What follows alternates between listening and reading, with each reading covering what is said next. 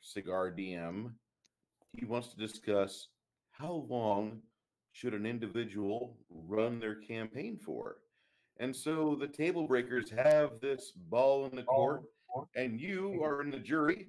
So let us start with tonight's panel. We have the Cigar DM, Kai, Jade, Baron G Rock, and Bruce, the GM. You see his hands only. Anyway, go ahead, Cigar DM. Take it away. Well, tonight I want to bring up the topic of how long not a session, how long a campaign should last. I have heard that the most modern sessions only last up to 7 times gathering, where in the past I prefer games that go for at least a year, 1 through 15, 1 through 20 levels is my preferred. So I'm wondering, when should a DM say, okay, the story has ran itself long enough. I need to end it. So tonight I will start with Kai. What? Yeah, me. Game length. Let's see here. Um, Honestly, I don't have a dedicated length. I have when the story comes to a logical conclusion. So that may be 3 to 4. No, let's be honest. Months to a year or two before the logical conclusion comes. And the logical conclusion always ends up being that point when it's like, hey, players, what more do you have to do? Do you have any ambitions or goals? And if the answer they get back with, because it's usually after the climactic point where they've managed to defeat the evil bad man who is evil and out to conquer the world, and or just is a bad politician, and they cleaned him out, and now they've saved the world and or political party, and now they're all like, cool, now what do we do? And at that point I look at them and go, I don't know, what do you do? And if the party goes, I've got no idea, and at that point, well, it's time to put those characters away and make new ones, make a new game, because obviously if nobody has enough motivation to give their own story without me having to come in and go, and then suddenly here comes the Doctor Doom walks in there and kicks your shit in and gives you a new storyline. If you aren't motivated, you don't deserve a campaign. Start making new characters, make new motivations. We'll find something better to do. That's how it should. And that's how I know it's going to be end. When I'm unmotivated and when the players are unmotivated, that's when it's over. That is more than fair. Do you do homebrew or do you do modules? Modules are for lazy fucks. There you go. Oh, there's that answer. All right, I will move on. Baron G Rock. Typically, when it all depends on what the players are feeling. I mean, you can read the table. If they look like they're bored, they're not interested in the game, that's usually a good sign, depending on, doesn't matter how long you're running it. If you're not able to capture their attention and keep it, then you need to move on to something else. Throw that campaign out, just let it, and just move on with the next one. That's typically the ways that I gauge it. Sometimes it can be, 6 to 8 sessions. Sometimes it could be a year or better. It just depends on that feedback that you're getting from your players. All right. And moving on to Jade, unless there's anything else you want to say. No, we're good. I'm going to mirror a lot of the same sentiments both Kai and G-Rock have. If the players are not engaged or not feeling immersed into the story anymore, and they're playing with the phones every session, maybe it's time to move on to something else, because maybe the story's run its course, or maybe the people just aren't that interested. They're really good signs that it's time to move on. I mean, I've run games from 1 month, 1 session to 2, almost 3 years. I've run levels from level 1 all the way up to level 45, level 50 something in 3.5. But the one thing that's always been there is player interest. Now, that's, the player interest is one thing, but the GM also has to be interested in the story. The GM has to believe or at least be interested enough to tell a story. Otherwise, it's time to pass the torch. And speaking of pass the torch, All right, Bruce. All right. Well, I'm not exactly a person that enjoys a short game. I'm not even into one shots. I get into a game system and I start reading it, and my thoughts are I want to see how this does for long term play. And I probably jumped the gun on a lot of that. But when I sit down to play with a group at first level, I really want to start off at first level and I want to go all the way up until the upper tiers. And I mean like 17th, 20th, 21st, whatever. I think Garrett was involved with us whenever we were doing Rise of the Rune Lords. And I don't know what level he topped at, but I know we hit the upper teens. 17, I think, is what I was. Yeah. And so you sit down with me, and I don't sit down to game with people that I am only passing interest gaming with. Even a guy like Russ, who probably pissed me off more than his fair share, I liked him enough to sit down with him for 3 to 5 hours every Monday that I could. And I wanted to play. I wanted him to play in my game. So whenever I sit down, I'm going for the upper limit. I'm going for I want to play to seriously high level, to obscenely high level. And the last campaign I ran before the current invasion campaign, it was 3.5 years before the table pretty much got flipped by the players because I was throwing a bunch of stuff at them and they were wanting to have time to sit back. I want to craft for 2 months. I want to do this. I want to do that. And we were just kind of not really feeling it. And there was one player in general that he was just really fighting me on a lot of stuff. And I felt I'm losing control of my table. And I didn't try to fuck him out of a good time, but I want to get back in a dungeon. So I started making it to where I was being very very documentative, like, hey, we have a Voxer, we have Discord. If you want to fucking craft while you're not at the game table and we're resting, yes, we're going to spend 3 weeks in town resting between game sessions.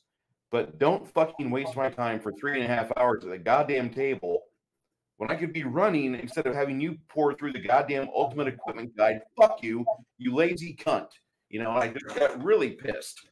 And I just lost my shit, and we all pretty much decided this campaign's over.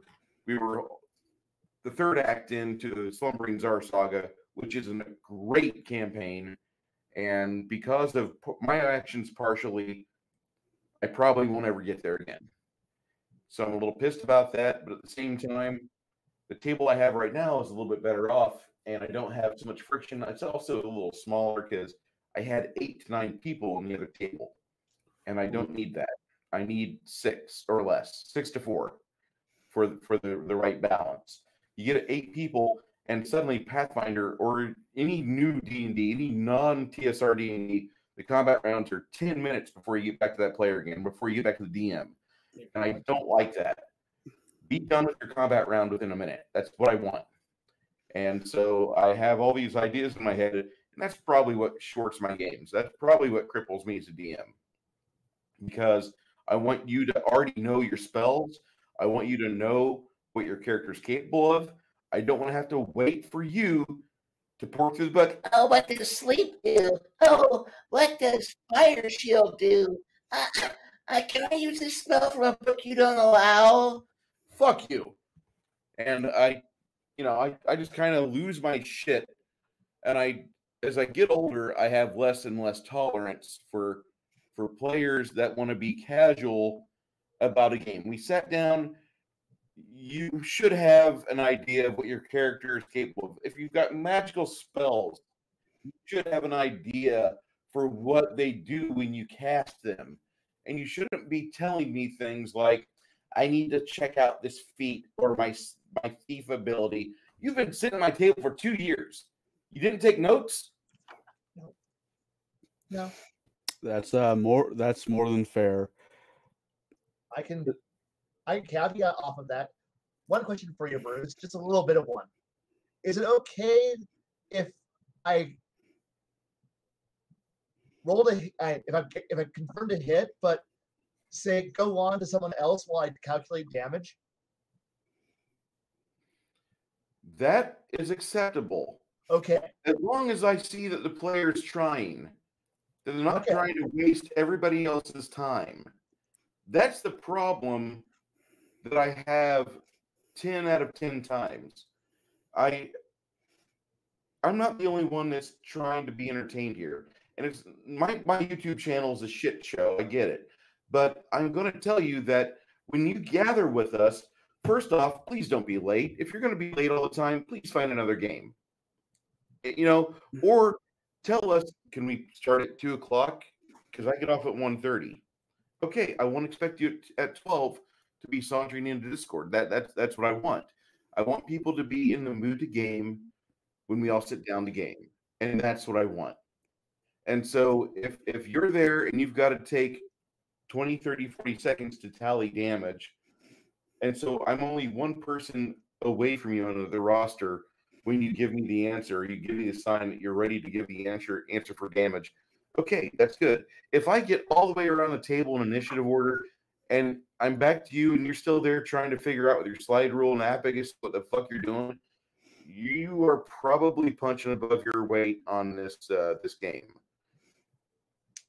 Yeah. That's once again, that's fair. I'm not coming from a position of I'm a professional dungeon master with 30 years experience. No, I'm just saying I want to be fair to my other players. Right. Because they're I don't like it when you sit down to a game and combat starts, and Max hit this right on the nose last night. He says, in the middle of combat, players start telling each other what their tactics are. No, fuck you, shut the fuck up. You guys need to understand that when combat starts, the only things I want to hear out of you is what your initiative is, what actions you're doing, and that's it. You do not coordinate attacks, because otherwise you're going to see the intelligence of the bad guys ramp up tenfold, and I'm going to pull every dirty trick out of the book to screw you over. So don't be pulling that BS on me. All right, now I'm sorry. I didn't mean you're good. I completely understand. I'm sure most EMs have had that moment where, like, really? You didn't know what you were going to do before it was your turn? I get wizards have wizardly shit, but if you're an archer or a fighter, all you gotta do is shoot or swing. It's not that fucking hard. I understand.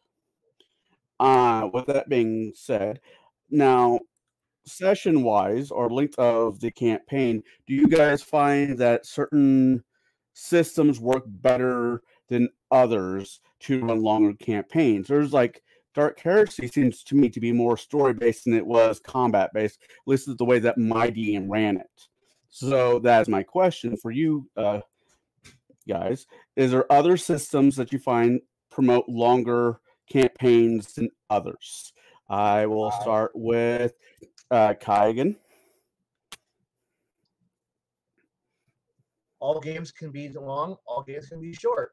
Honestly, I've made games that are enjoyable from just any system I bother to run with. It's the amount of effort you want to put in as a GM. Most players will take whatever energy you give in and then give it back to you. If you're lazy, they're going to be lazy. If you go in going, I'm going to run only a 3-4 adventure game, they're going to see that, they're going to feel that energy, and they're only going to give you back 3-4 sessions of game. So if I can pull damn near any game out and run a pretty solid game without having to worry about how long it's going to run for. It's going to come down to how good I'm doing, how good they're doing. And you know what? Sometimes I'm just having a shitty campaign. And you know what? That's on me. And sometimes my players are just going, I'm not feeling this. That's on me too. That's also partially them.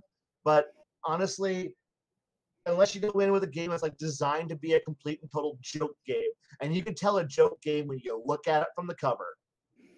And it's like when the tin says this is pretty much a game where it's all about wackiness, you're going in going, this is a beer and pretzels. We're doing this because we need to decompress from a real campaign. And that's going to be a 2-3 sessioner. And you walk away from it going, I'm not putting much energy in. I'm not going to get invested. I'm not going to get anything out of this. Besides, well, that was a fun 1 month. That was a fun 2-3 sessions. That was good. Let's go play a real game now. And then everybody goes and plays some, now that we got all the silliest out of us, we can go and play a real game and be a bit more serious. So that way we don't get the pork chop necromancer who helped stop all barbecue from happening. Shit like that. Sorry, I just had a mental image of that. Okay, that necromancer is probably a vegan, but that's besides the point. I'm gonna go with Jaide. Let's go with you next.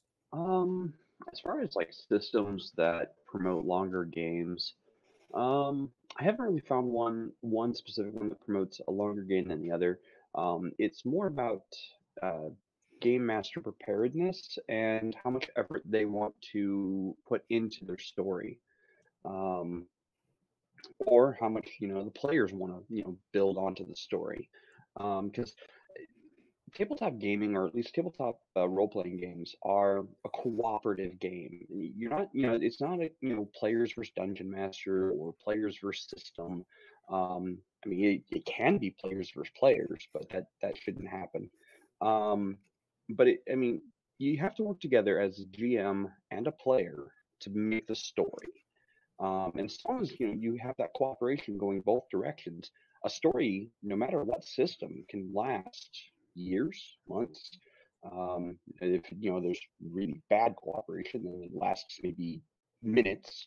But as far as the systems I run, I mean, I've run 3.5, 3.0.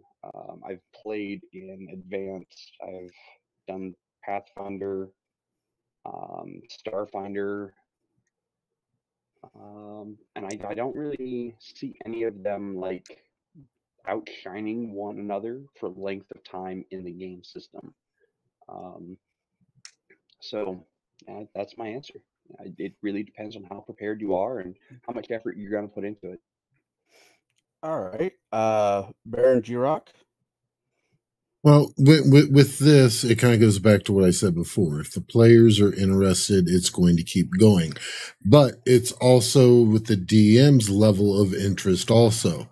So if you have a DM that, has been, let's say, doing, Pathfinder, third ed, even second or first ed, and, the group's just not feeling it for whatever reason, the DM may not be feeling it also, which is, we talked about that transference. They've got that energy of like, well, he's not really into it. So, so, I mean, the ones that I've seen is ones where the DM really has a grasp of the world. I'm going to use Exalted, my buddy Todd. He has his world so intertwined between every session that there are sessions where people were in those sessions that he's making comments to, and you just look at him and go, really? We're doing, no, we're not talking about that one. No, it's the thing is, it may not necessarily be full on, combat, but it's also telling the story. Combat does not a story make. Combat is a way to, get a conflict resolution, I guess is the best way to put it. You build the story to the conflict.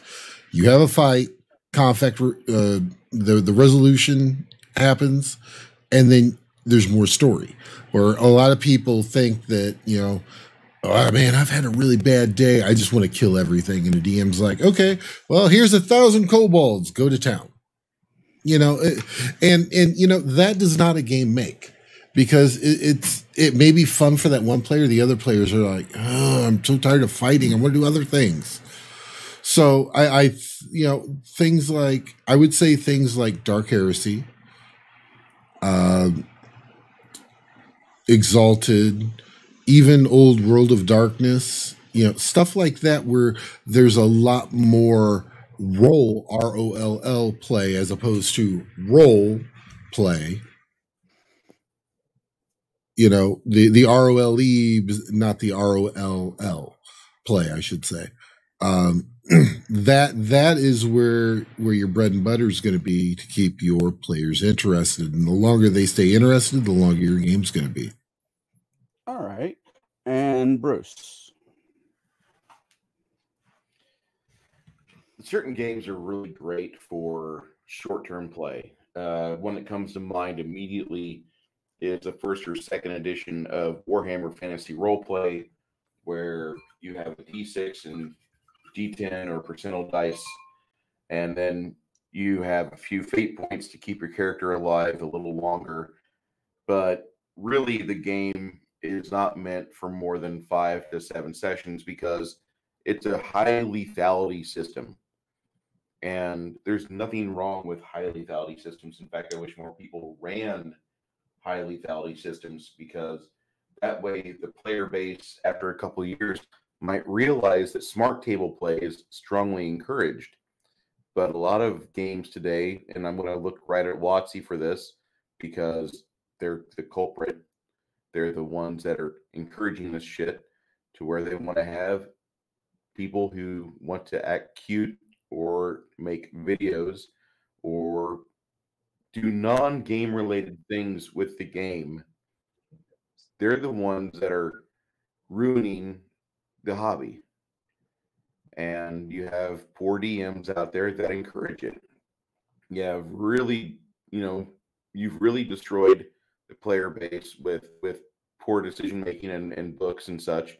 And like I was saying in the chat, you have a lot of people that they get on the games and they just want to act. They don't want to really have to learn rules. They don't want to learn the spells, what the duties of a ranger is. How am I supposed to play this paladin?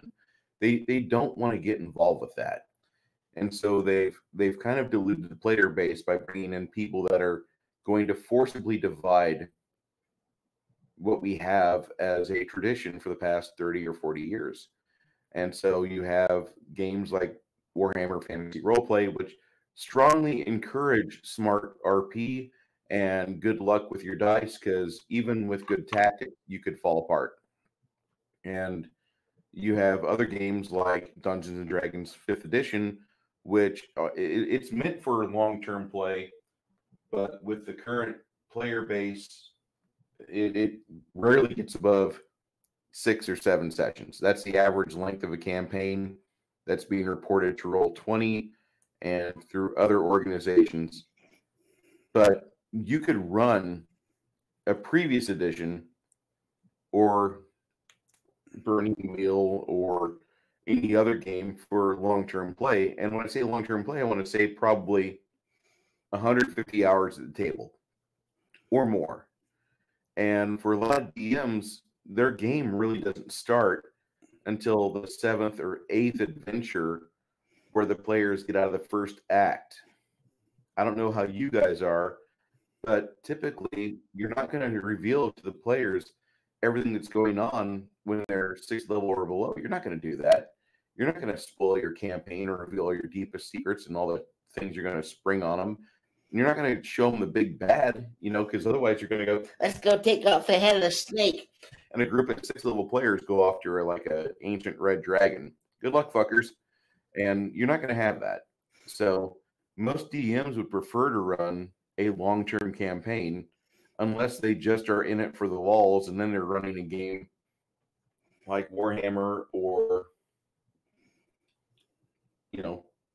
insert short-term game here, Pug Finder or whatever you might find to be your short-term fix. That's my own opinion. Oh no, that's more that works. I completely understand.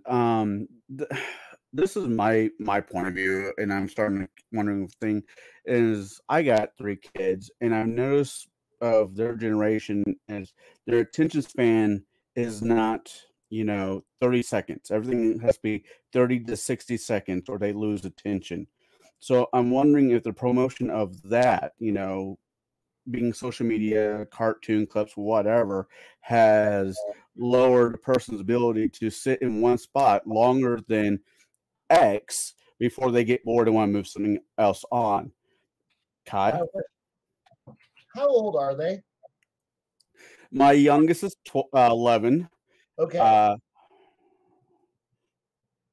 Okay. I was just wondering because it starts to level out at a certain point. It'll get better. It's going to get better. Well, I also noticed people our age that, other than having ADD, something grabs their attention while they're doing something else and they forget what they're originally doing. So I wonder if it's a generational thing or just the American education. But that's just me. Okay. With that being said, when we start a campaign, do you guys like the slow burn or boom, an asteroid just hit the side of the world, it's gone to shit, what are you going to do? I'll start with Kai. I like a slow burn, so that way you feel like you're actually part of the world that I'm about to blow up.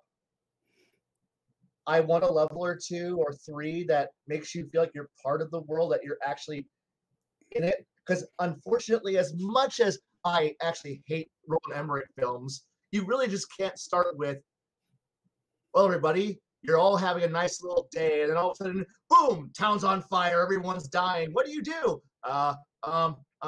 What are we supposed to do? I don't know. Do we have any emotional attachment? I don't know. The moon's falling on you. Oh shit, what the fuck do you do? Dragons appear. Fuck. Oh fuck. And there's some GMs who do that to you. It's like, bam, get the fuck out. Everything's on fire. Try to survive this shit. And if your party has absolutely zero emotional investment in the world or have no connection to the world, they'll just be like, okay, this is cool. Do we just fight it? I don't know. Do you fight the giant red dragon? I don't know. I've been playing with character for a whole 5 minutes. So I guess I'm going to die or make another character. Or, because there's some times where that's a good way of starting a game. And there's some times where you just want to spend some time to actually build up and have some camaraderie between your party of adventurers before you hit them with Lord Soth walks onto the battlefield, his giant mace, his undead army behind him. Well, fuck me. Yeah, you need to actually work a bit to make the players actually enjoy the world. I know for some GMs that's kind of hard to do because they're reading from a script. I don't know. Let me check to make sure my module is the right book. And oh shit. Fuck. I'm so sorry. Bad things happen to you, and some kobolds appear, and they have a trap. Oh, I'm sorry. I wasn't going to say that out loud. Roll to see if you find a trap, and that's literally how most trash GMs seem to operate. Or no.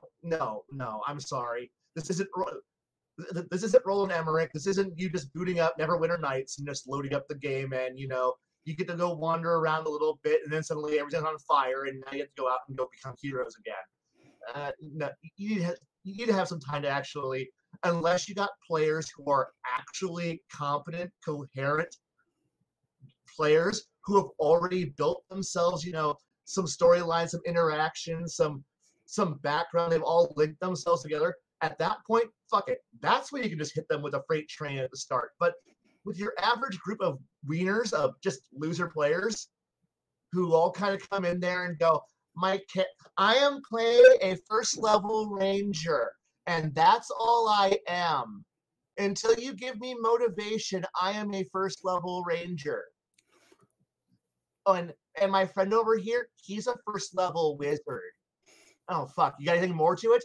His name is Bob. Fuck you. Oh, fuck off. Okay, cool. Now we got to waste time. But if they come in and go, no, we've been best friends. We have tactical, and we're battle buddies.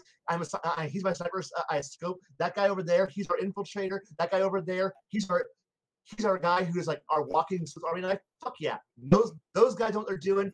Fuck, we could just jump in and we know we're gonna have a good game. But how often do you have players who are actually competent and know teamwork from day one, from session one? Next to never. Don't count on it. Okay. All right. Jaide? So I think it actually depends on the table. And it's the GM's job to read the table and know the players he's inviting to the table. He or she's inviting to the table. For a lot of the players I've had, I could probably just throw them directly into combat, like saying, "Okay, guys, you are level 2 characters. You've already made those. That's awesome. Um, let's start tonight by rolling initiative." And a lot of them will just get right into it. But then you have those the players that they might be new to the game, or they may not know everyone at the tables, so they're not going to interact well immediately. So I've experienced both the slow burn and the immediate rise to action games. I've actually run both types of games. I actually prefer to start a lot of players off at level 0. And now I say level 0 in 3.5. What I would do is I'd say you were level 0, a commoner, an adept, expert, warrior, whatever, until you hit 500 experience points. Then you get to level 1. And this is to build the backstory of the players working with one another as characters to experience the world and experience gameplay together. And it gets the rudimentary parts of the game under wing really quickly. But I've also had campaigns that start up at level 5, and we immediately get right into action. It's like, you guys traveled together for all these years, and we start the game in front of a job post board where you guys are picking jobs and what you're going to go do. So it really it comes down to the GM knowing the players he's invited to the table, and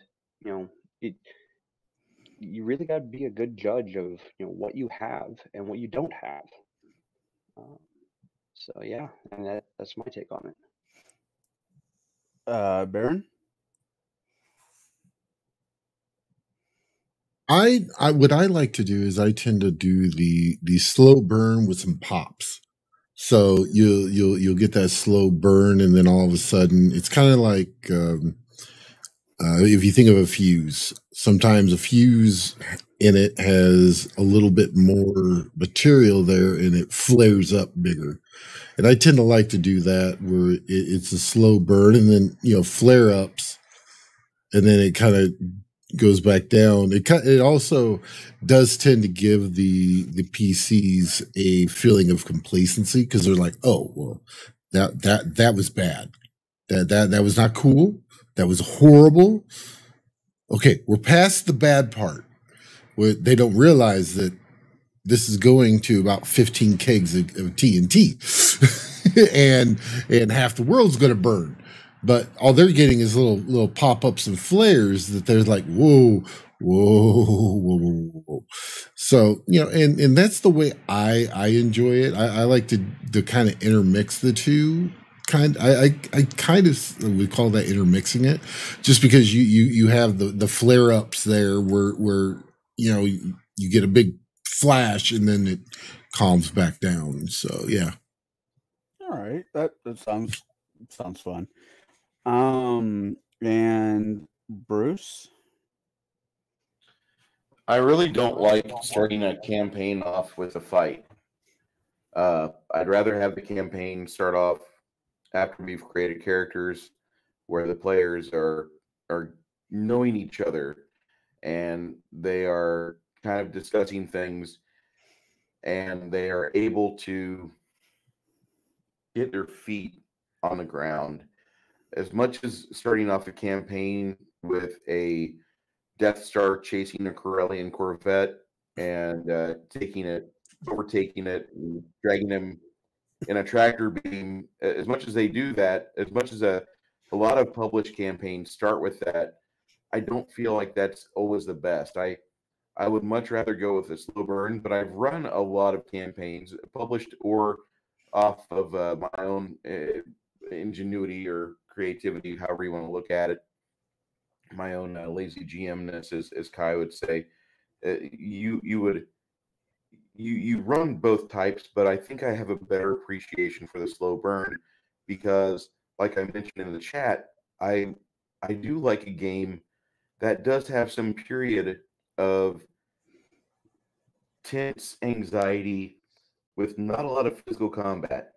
That part's coming, but you're going to spend like maybe levels 6 through 10 where you're doing a J. Michael Straczynski Babylon 5 arc and you're political maneuvering. You're getting everybody ready for, whatever invasion will happen, or you're trying to gird up your forces and bluff your way into some decent peace talks, and until you are at a point where you have a respectable fleet and you can go smash. And I would prefer a lot of games, a lot of adventures had that sort of slow burn, that wick that you knew was lit, that was building up to this explosive crescendo. But I don't think a lot of GMs are confident enough to do that. Although if they would just note down in previous narratives or previous books or adventures where it worked, if they would just copy notes and try it themselves, they'd probably do pretty well at it. But a lot of people don't. They get scared. And so it's just one of those things that a lot of people will shy away from a slow burn, and they go for that. I'm going to get my fast food meal. Here's my fries for my players.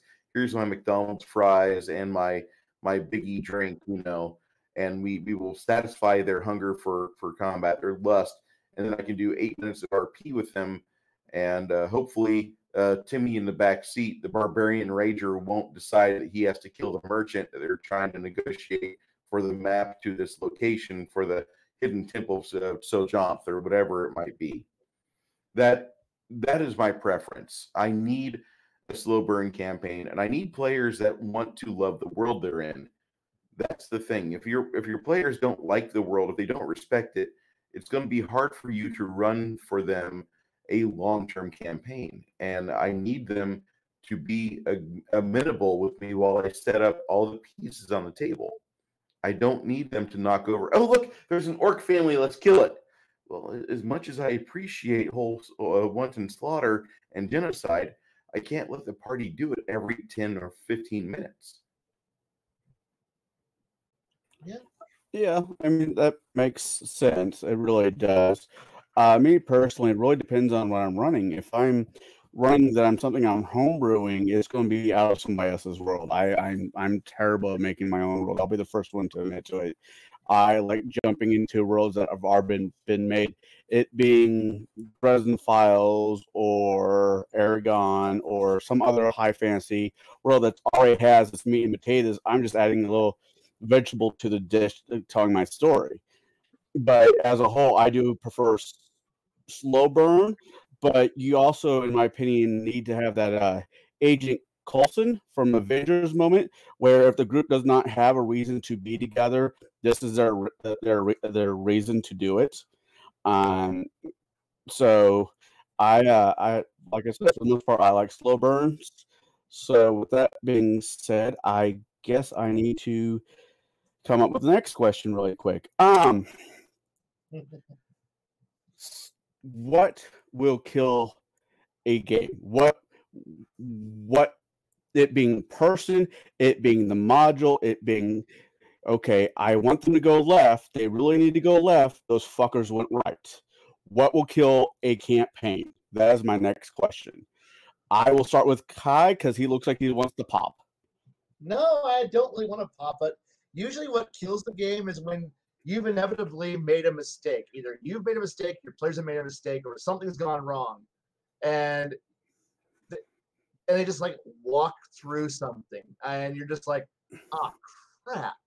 I know it's just I know it's just a bad, but like I said, if you've set up the entire plot line, the story that use the Babylon 5 idea, you set up this massive 3 or 4 arc plot line. It's gonna be amazing, and your party literally just guesses it on session 2, and then solves on session 3. Well, you know what? You fucked up because you let it slip too quick. If they beat shit too fast, that's on you. You fucked it up. If your party just makes the wrong conclusion and dies, well, that's the end of it.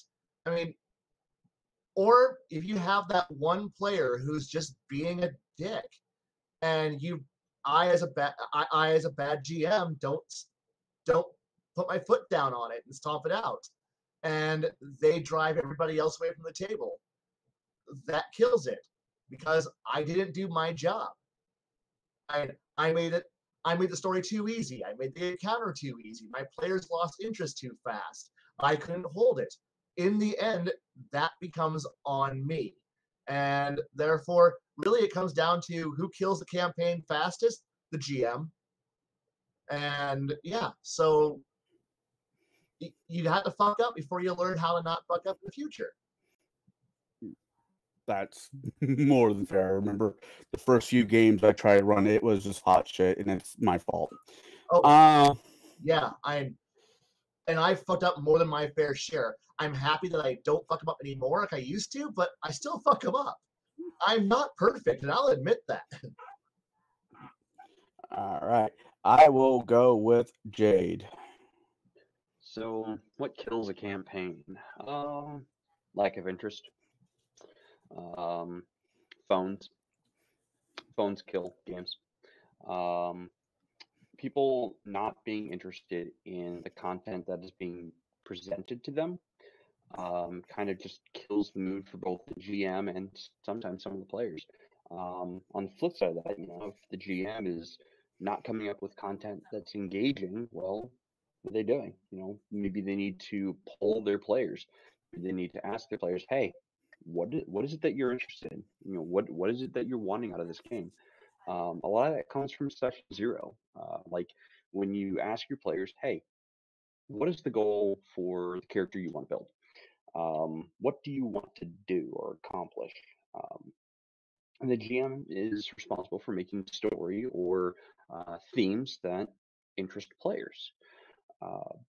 And if the interest level is just not there, that's the end of the game. I mean, that just tanks it. Yeah. Kind of a Bill Paxton moment. Game over, man. Game over. All right. Baron G Rock, you're up. Well, I've seen it go a couple different ways. I've seen GMs really just screw it up by doing one simple thing you wouldn't think of, and that's giving a certain magic item to a player that probably they shouldn't have. It totally disrupts the game balance. Also, I've seen it on the opposite side where the GM actually has lost interest, and when the GM loses interest, then it just is like, time to shut her down. We're not going to play for a little bit. And I have seen it also be a player where a player just has been completely overbearing and essentially makes everyone feel like they're playing a supporting role for him.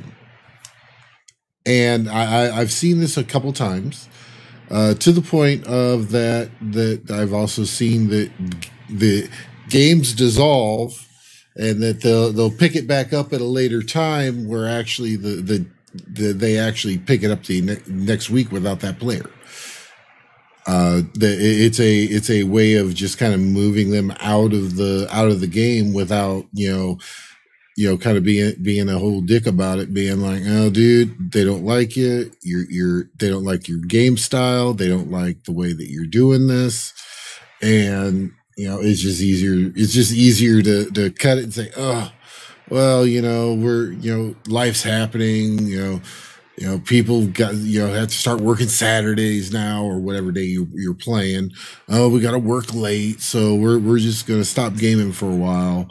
And once schedules clear up, we'll pick it back up. Of course, you never pick it back up, but the everyone's there the very next week except for that one person. So there's a lot of different factors. You can't nail it down to just one because every gaming group is unique.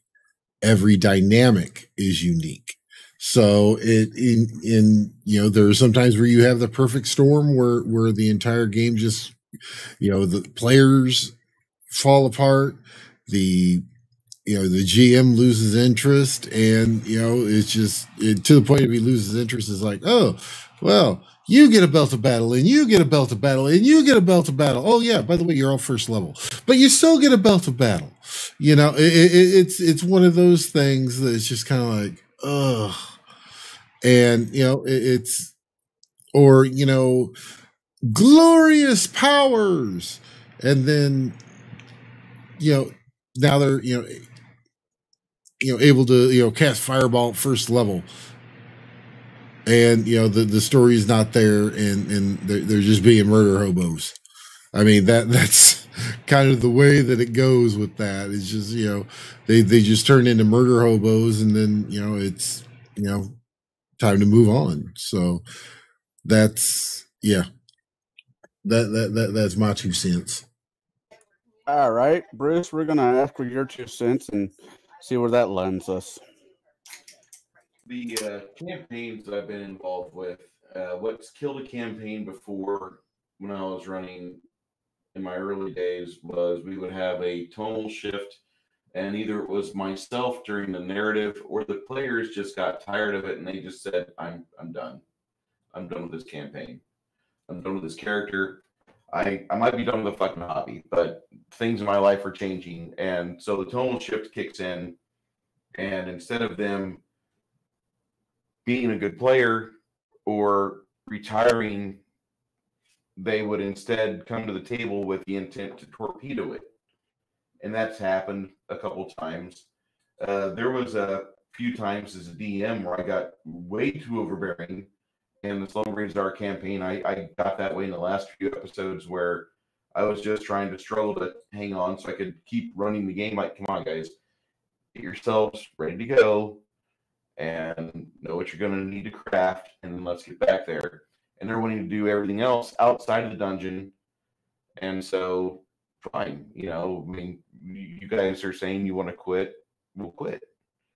And I was at the point of frustration because up until maybe 6 months before that, we were doing good. But this miserable pandemic from China came along, and that fucking upset everybody's schedule. So 8 people were having Saturdays off, and now 5 of them only have Saturdays off. And then worse yet, people are getting upset because their buddies no longer going to be there. Well, I can't do the fastball special with this without that character there with me. And okay, fine. Can you retrain your character? Can we fix it? And the dynamic of the table shifted completely. And then they were feeling like I was ramping the game up too much. And I thought, I'm not really ramping the game up. I'm running it per book. And this was written in 2012 or 2013. And Pathfinder had barely gotten 5 or 6 tomes out at the time. There was still plenty of crap that Paizo decided to force on you. And everybody wants to have the newest books for the newest power creep for their character. And it just turns into an arms race.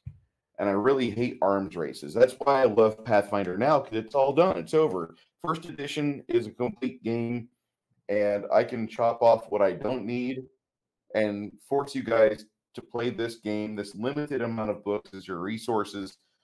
If you want to play something else, we'll negotiate about it, but more than likely, if it's a Kitsune half tiefling piece of shit bard character, I'm going to kick you out of the game. You're done. I don't want to hear your garbage because you have a really bad idea. I don't want that getting in the ears of my other players. I don't need it. I don't want it at my table. We have dwarves, elves, gnomes, fighters, rangers, paladins, no warlocks. We're good. We don't need the crap. So I try to have a focused campaign because there's a certain tone I have for the campaign, and I try to keep it consistent. And my players, I expect them to respect the table, respect me, respect the others, and respect the game they're playing.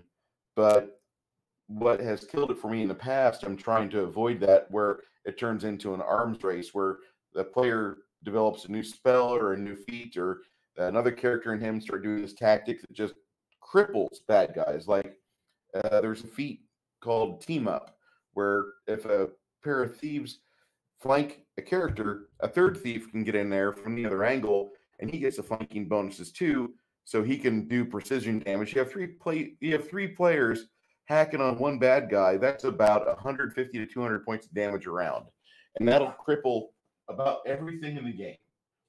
I don't know what'll survive it. I'm unaware. So I'm just going to say what can kill a game is being too aggressive as a DM, trying to force the resources on the players. Use this. Don't use this book. That book's crap. Being too overbearing, trying to have an arms race and upgrading your monsters to do more damage, and trying to teach your players to run away. Not all combats need to be faced. You can have a combat potential where, like, you see these 6 characters over there in a fight or in town, but you wisely decide to just drink your wineskin and walk down the other way and not go in that scary alleyway and get your ass kicked. But other players will see that anything on the battle mat's a challenge, and they haven't learned the value of running away and keeping their character alive. So you have a bunch of things that can cripple a campaign because you want to have a balance at the table. And I hate saying the balance at the table because there shouldn't be a balance. It's not a fair game. It's not all characters are created equal. But all players should be able to get along with each other. And the DM should encourage at the table in non-combat play, where like, hey, you guys might want to learn how to fight together, and give them a chance to have an RP moment with a mentor, and he shows them things how to do things, and he gives them the ability to have verbal shorthand. Bless you. And so you have that. And I think if you have rookie or mid-level DM mistakes, you have the best intentions, but you're going to screw up your game if you force them too much on your players. Because most players are free-thinking individuals, and they're going to be like, this guy's too much of a fascist at the table. I'm done. And you lose your table.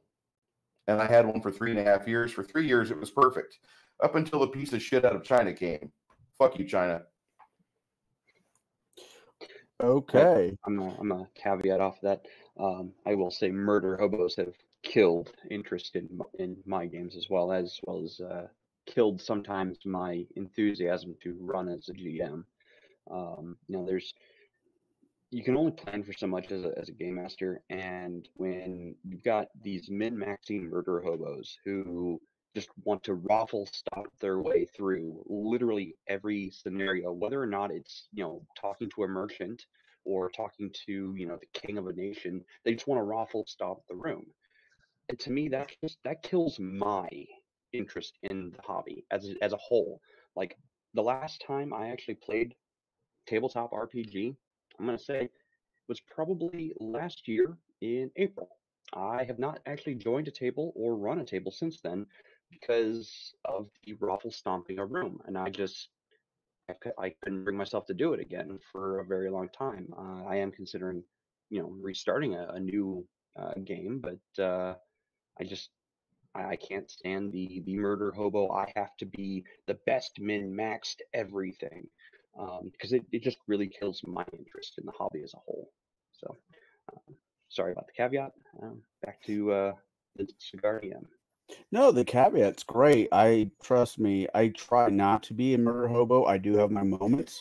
Depends on my day. But as a DM, I truly understand. I need you guys, or not you guys, but my party to get through A, B, and C, where all they see is the big D at the end. And I'm like, no, you guys are going to miss it, but I can't say anything because I don't want to give anything. Yeah. I caught the joke there. Because I don't, there's, A, B, and C has things in the campaign story that are going to be important later on. And if they just go fly from A to D, again, as I said, they miss it and it will shortchange them later on in the campaign.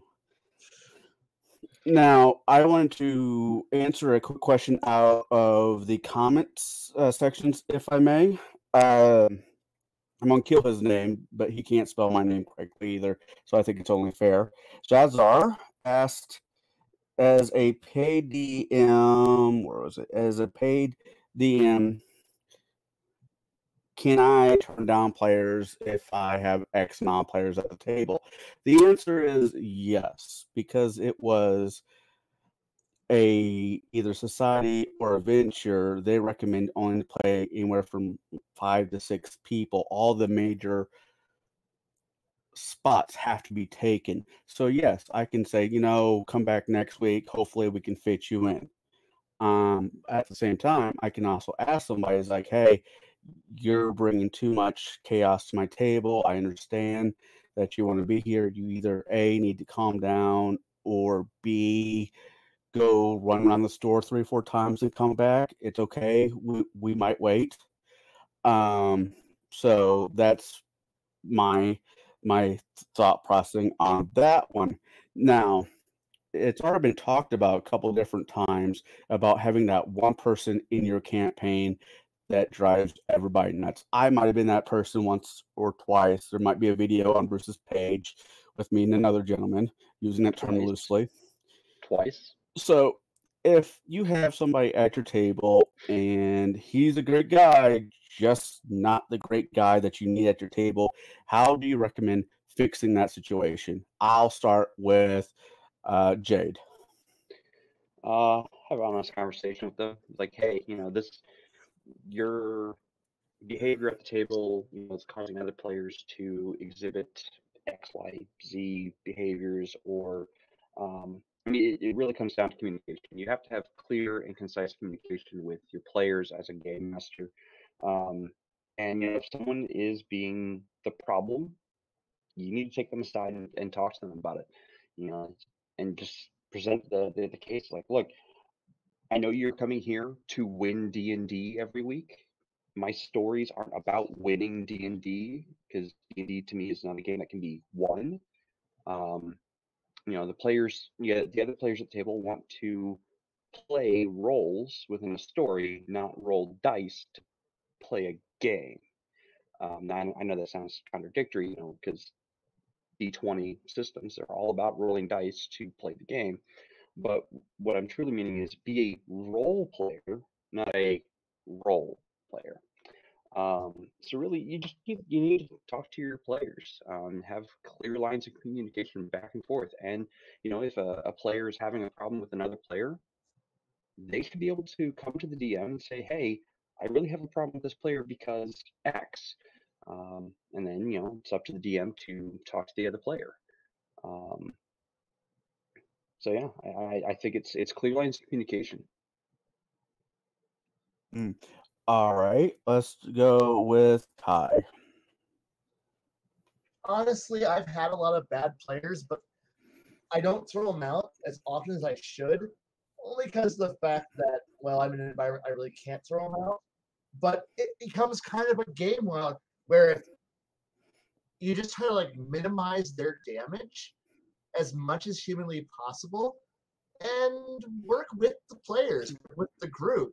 And sometimes having that one guy who really is a min-max McMurder hobo who's off there as the ultimate war machine that destroys everything he encounters is not that bad if you can keep him on a leash and keep him distracted off in a corner. You're just like, what's he doing? He's just over there. And we ignore him. And then you just every once in a while throw a bone at him so that way he stays, entertained, he's engaged. You're not yelling at him too much. And because ultimately that player, especially if you get him off in the, away from everybody else, you start talking to him, you find out, well, he's actually enjoying the game too. He just enjoys it in a different way. And so to go caveat off the whole, it's all about communication. But the thing is that confronting someone openly and just making them belittle them right in front of them, that is actually kind of counterproductive, because that person who's causing the problem might not be as much of a problem as you thought he was. but then you talk to him, find out, okay, and then you start to like mediate, fix things, and you can't make everyone happy. It's just that simple. When it comes down to it, you're all there to play the game. He's there to go kill shit, and then you gotta tell him you can't always kill shit. You can't always derail everybody else. And then there will be something to kill. There will be game mechanics for you to solve. Just like there's a guy who loves puzzles, and he can actually solve a puzzle that's not for fourth graders. He can solve a fifth grade puzzle. We need him, and it really just comes down to I've had players who most other GMs would go, I can't stand that guy. I can't. He's terrible. Then I'm like, have you ever tried talking to him? No, I don't. Why should I? I won't have to dignify or lower myself to that. I'm like, you might find out they're actually not as bad as you think they are. And suddenly everyone's actually having fun at the table. Or at least everyone's having fun picking on, the min-maxer for a bit, or the min-maxer is beating up on everybody else for a bit. But you're all having it as a group. You have some dynamic interaction because everyone needs to have a thug in the party. It really is what it comes down to. Is somebody's got to carry the big weight around. And as long as the thug realizes that he can't just steer the entire game, you know what? Compromises can be made. Everyone can have fun. I may make fun of the min-maxer, but as long as the min-maxer and the murder hobo knows how to curtail it to the point where it's like, and now the moment you've all been waiting for, the point where we pull Arnold Schwarzenegger out, put him out there, wind him up, and push him out into combat. And we go, what do we do? Oh, no. Our entire job was to get him to this room, and now he's going to kill everybody. Okay. And as long as he knows that's what his job was, and the game can all keep moving forward, it's great. But it's how you salvage a problem character, a problem player, and then work him into being somewhat useful. Or you end up doing what Garrett does. Hey, we're all meeting. This game's going on hiatus. We'll see you all when the game comes off hiatus. Everybody else will meet next week, right? Cool. And that's what you do. And I will admit that while I don't do it very often, I have more than happily gone. Campaigns currently on hiatus. Everybody meet at Perkins, and then we're all at Perkins, and then except for the guy who goes, fine, no game, I'm going home, and then we're all sitting here over a big ass giant dinner, going, you just want to keep playing without that guy? Yeah, who's got dice? And then suddenly you got a campaign going again, and that player just never gets to buy it back. But that's usually the last straw after you've done everything else under your power. All right. Garrett? I completely, after that rant, I completely forgot what the question was.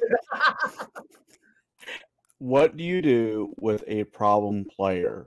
Do you say, hey, we're taking a break, then you tell everybody else, hey, we're really meeting up next Friday? Or do you sit down and talk to them? Or what do you do? Well, executions are out because we can't do that. We have no way to get to Mustafar, so we can't do that.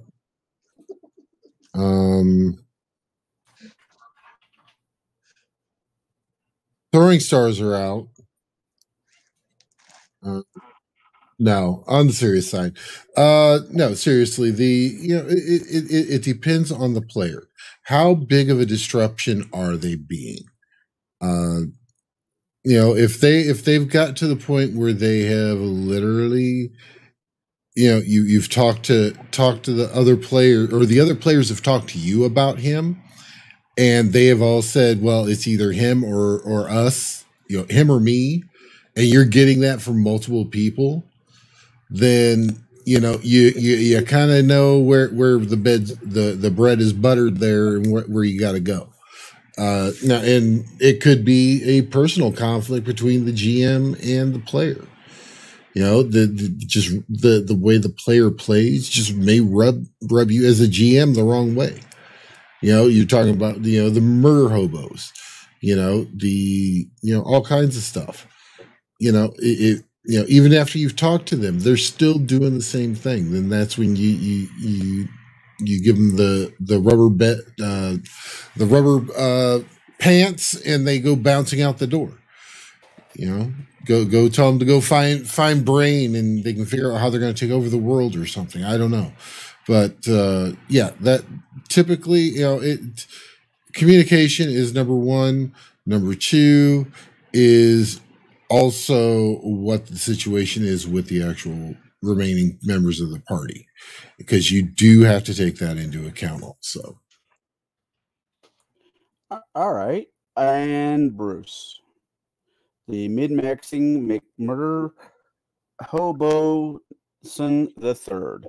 Is that German background last name? That sounds a little Scottish to me, but I don't want to be that guy. I'm the Nazi, the McMurder Hoboson III. How are you doing tonight? After this conversation, we will have a meme review. I have Parrothead, who has dropped bombs on my Discord, so we must have a meme review. What was your question, Conall? I'm sorry. Where can I find cocaine? Because oh my god. Anyways, what do you do with players that cause problems at your table?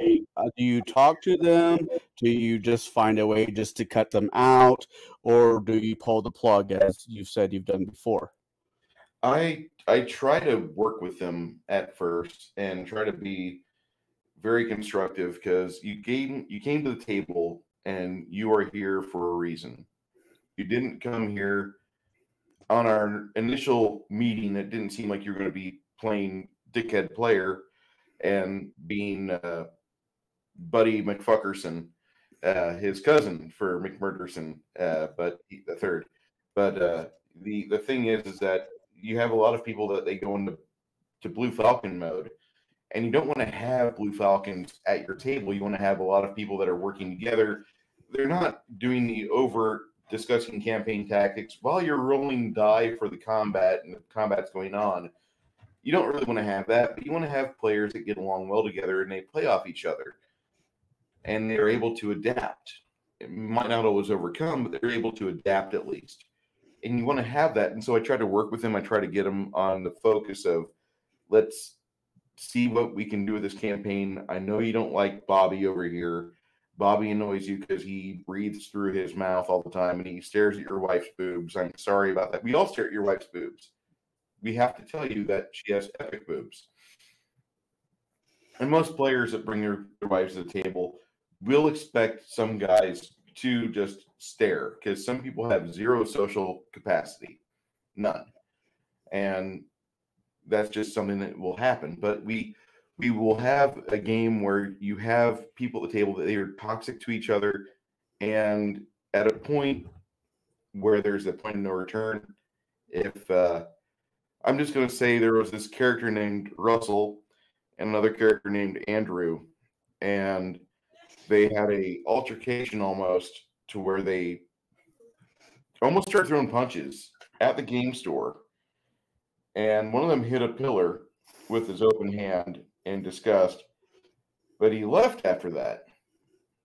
And I thought, well, I'm glad he left, because I didn't want to see a fight go on.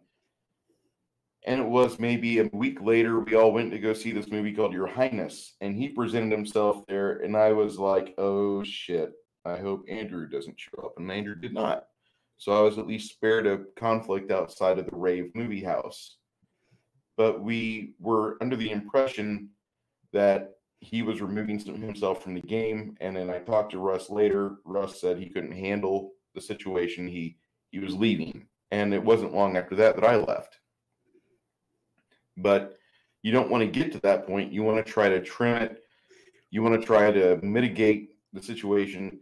If you're a dick of a DM, if you had the brown round training in the military and your specialty is getting people to work with each other no matter how they feel, then you might excel at this. I was not good at this. And so you have this opportunity to where you can force two people that hate each other's guts to work towards a common goal at the table. And it's really hard to do that.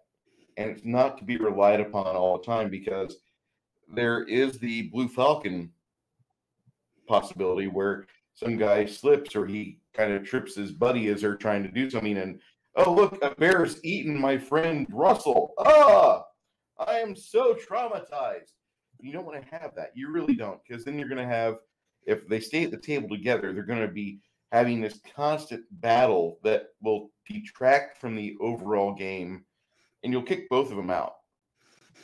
You don't want that. You want to probably trim one out of the game completely.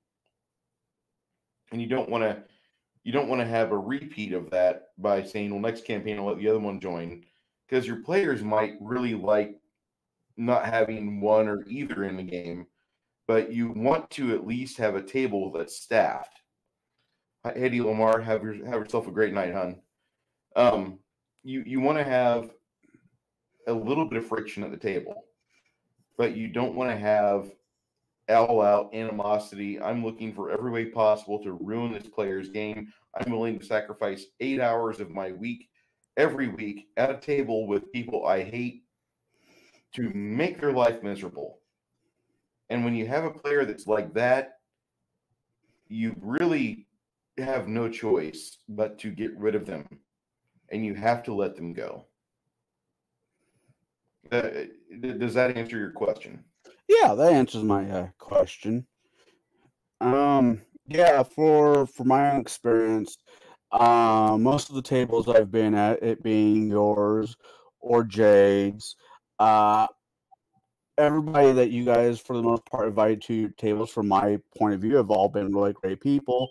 The character known as Russ and Andrew were a special scenario, I have to say. But for a really quick for a scenario, when I was down in the shop I was working at, you paid to play. $5, you get to come in, you get to role play for like 4 hours. And if we had somebody that was just showing their ass front to start, the DM, it being me, had the opportunity to say, hey, you're not working well with the other group. I will be more than willing to give you back your $5. We could try this again at a later date. I hope you have a good night. Be kind, rewind, you know. So, with that being said, that is my point on that one.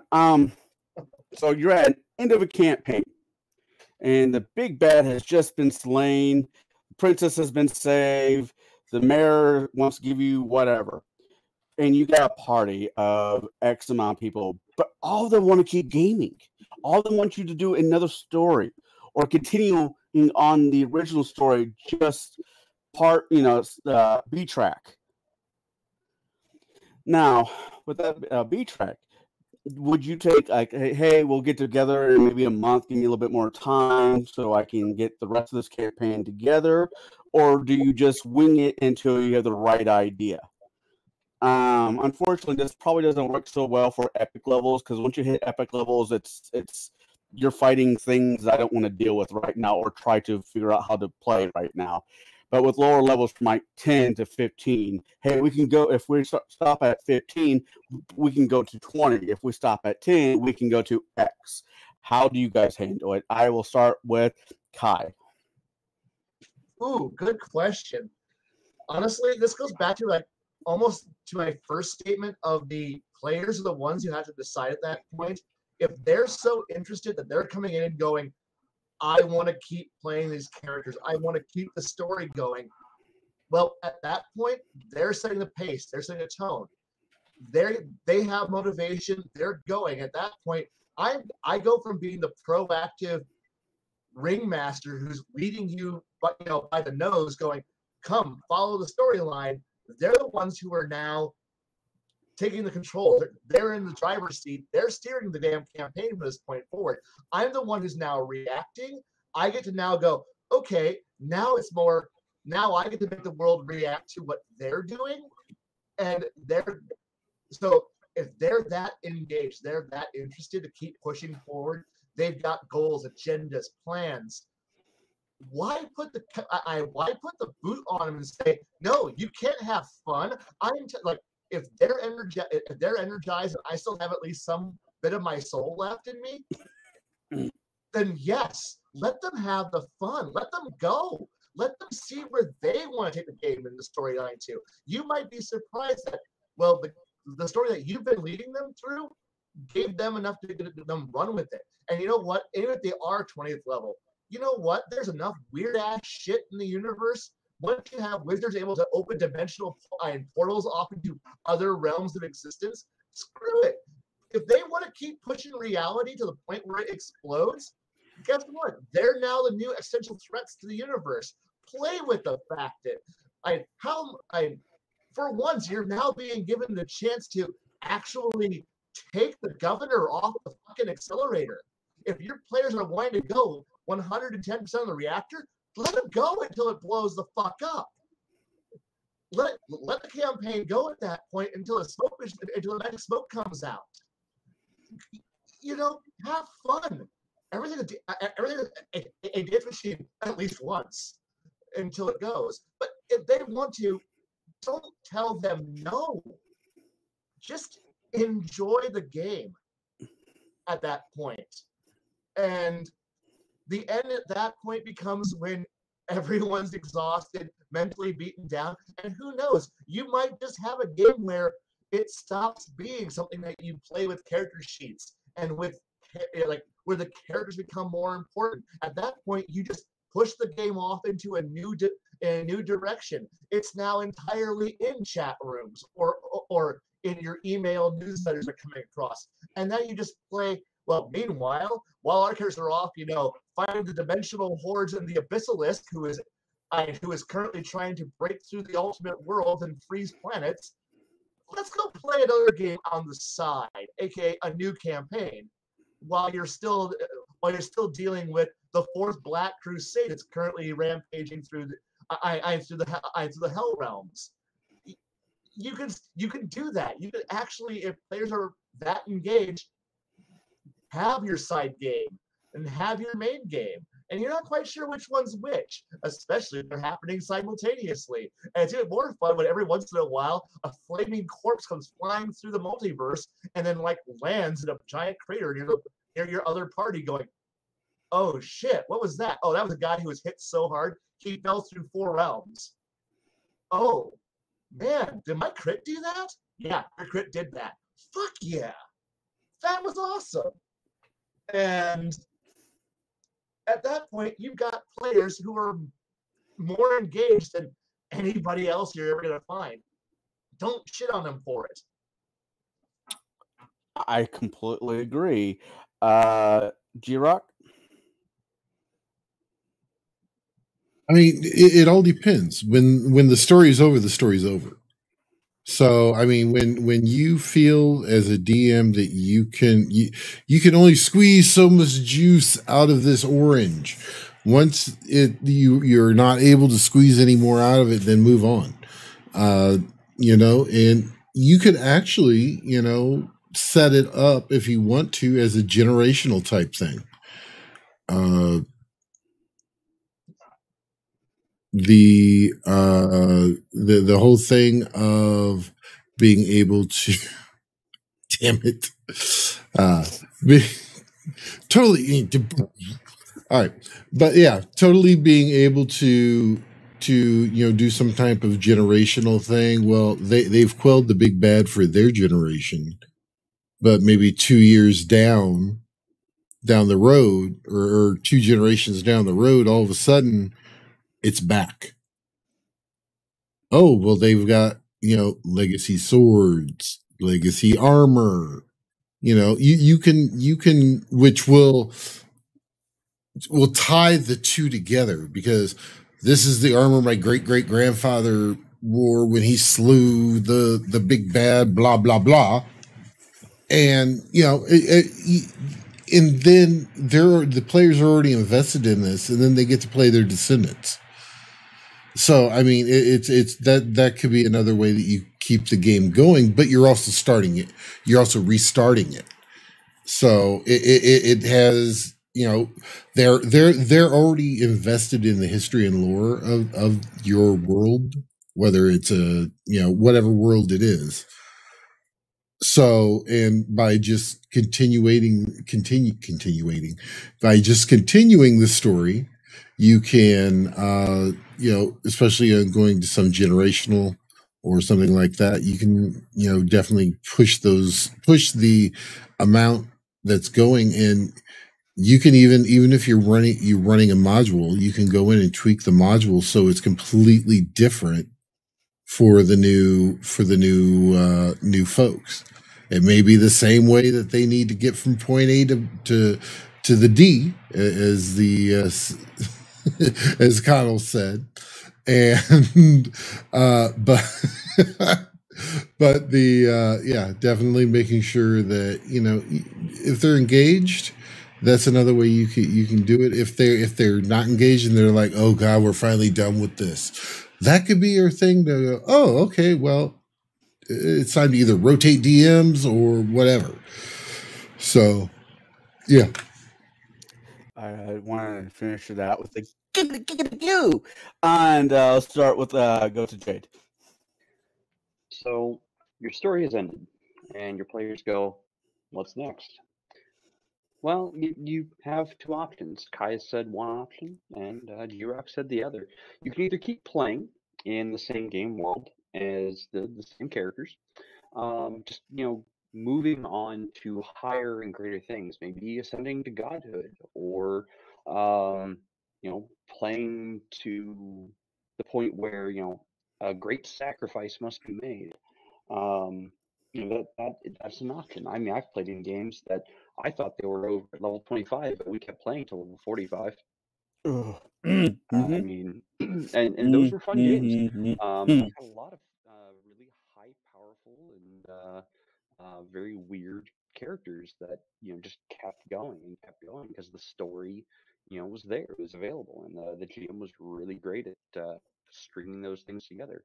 And he didn't really care about the power curve of things. He was there to tell us a good story.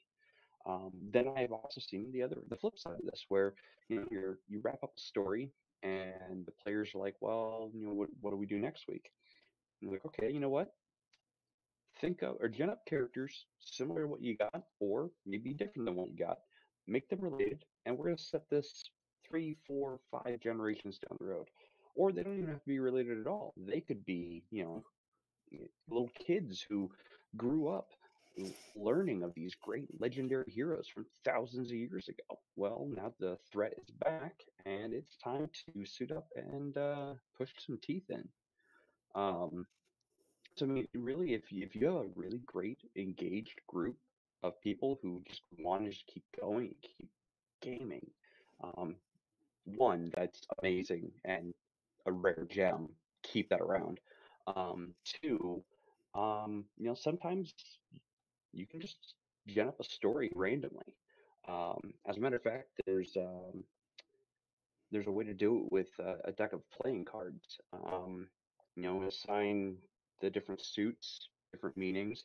For example, spades are something typically bad, and you assign a card value to do something special. Like the queen is a social encounter. Well, if you draw the queen of clubs, well, it's a good social encounter. Could be a good romance encounter or something. But anyway, there's ways to do it with playing cards that you can just gen a story, a 3 act structure story, in about 2 minutes, and you just have to decipher it from there. So there's multiple ways of continuing the game even after it's ended. All right, that's a great answer. All three of you guys had a great answer. Now, Bruce, what do you have to say? Well, you could run a game till its feasible conclusion, and they defeat the big bad. They have the story threads. Everybody's had their character arcs. You have a potential game where drink motherfuckers. You're playing in Tolus, and you find the source of the evil that's been drawing demons and conflictive celestial individuals into your realm, and you've managed to neutralize it, and you've put it down. But what next? You're 20th level. Well, you could continue the same players with a high level set of campaigns, with bigger damage numbers, with more complex character sheets, if you so choose. You can go up to level 45. Or you could have those characters retire, and some of them take up a position to where they have guest slots as NPCs in the campaign, and you start again with their progeny, or with the friends, or the nephews or nieces, or people that were afflicted by their efforts. And so you run a reverse campaign where the sons and daughters of those slaughtered by your murder hobo PC party get to start a game. And now they get to start their climb into legacy and destiny. You could do that. You could completely do that. And it could make for a really cool campaign. You could run a campaign where you have two separate campaigns, and you have a traditional, like a DM runs on every other week, and on this odd week out, he runs another campaign in the same campaign world. And the players will find evidence of each other's doing stuff, and he never lets them actually cross paths until they're sufficiently high powered, like 12th level, 18th level, 24th level, whatever it might be. And if you so choose to do that, boy, you are a master of orchestrating events and setting up the campaign world to where you have the sandboxes for both campaigns planned out to where the players never actually touch, where they don't actually have a moderate conflict. You could do that. And I encourage that. It's hard to do. I've never done it successfully. They met at 3rd level. There was a 15-player battle that lasted about a night and a half. And the victorious ones vowed that they were never going to play in a campaign like that again. I've not seen them at a table since then. That was 1998. But I will tell you that for those of you that are going to endeavor it, I wish you the best of luck. And for those of you that have a copy of Tolus, Drink Again, you should definitely open up that book and get some inspiration for how will you run your next table. That's my own personal perspective. That's not easy to do either. It's worth it if you can pull it. I would like go for it. No. I would like to put a feather really into Jaide's cap. I've sat at his table multiple times over the years, and he has done the generational games. I might not have been at the first table where the game kicked off, but he has done variations of the that first campaign he's tried, and I think it's a beautiful idea. I think if the world's already been built, continue going back to that well. I am a big fan of horror to the most part. The vampire, the werewolf nonsense. I always have been. The Strahd scenario. Strahd never dies. He comes back. The powers of evil will not let the evil die. So you can break it off into generationals. I think that would be a great campaign. Me personally, at the current moment, I'm running Rise of the Rune Lord, but through 5th edition. I have had 2 players today ask me, "Do you know of the campaign Return of the Rune Lords?" I'm like, "I know of it. Why? Is there any way that we can continue this campaign into that?" So they've already bought the tickets to the show. I just got to make sure I can get it off the tracks. And I think I did a Game of Thrones type game where I had the players play 2 different characters, one at the wall and one main story. I believe you were involved in that one, Jaide? I don't remember. It was years ago. It was right before we all went our separate ways. Yeah, that's been too long ago. That's been over a decade at this point. You've drank and slept since then? At least once. So, with that being said, for my own take, what drew you into the game? What is your forte? If you're sitting not as a DM but as a player, if you're sitting at the table and the GM tells you, "Hey, buckle your seatbelts, and this is going to be a bumpy, long road," are you automatically going to say, "Yay," or "Well, this might not be the game for me"? What's your first reaction? I will start with Kai. If the GM hints that I could end up building an empire, building an industry base, be able to run nations, run organizations, run people, to use them as to do the one. I know everyone says gaming is all about fantasy and escapism. Well, as somebody who's at the bottom of the barrel and just a little grunt, being the guy who shapes worlds and murders people, not people on small numbers. I mean, the point where it's actually like where I'm trying to go for the high score here, where I look at entire countries as though they're just simply in my way. I'm aiming for Genghis Khan. If you could tell me that I can actually run a horde, I'm on board. If you could tell me I'm going to be the captain of a battleship, I'm on board. If you can tell me I'm going to run my own elite strike force of assassins, I'm there. I'm ready to go. But if you tell me I'm just going to be some little schmuck, and no matter what I do, I'm never going to get better than guy who's riding along in the little on a little roller coaster cart, waiting for the little.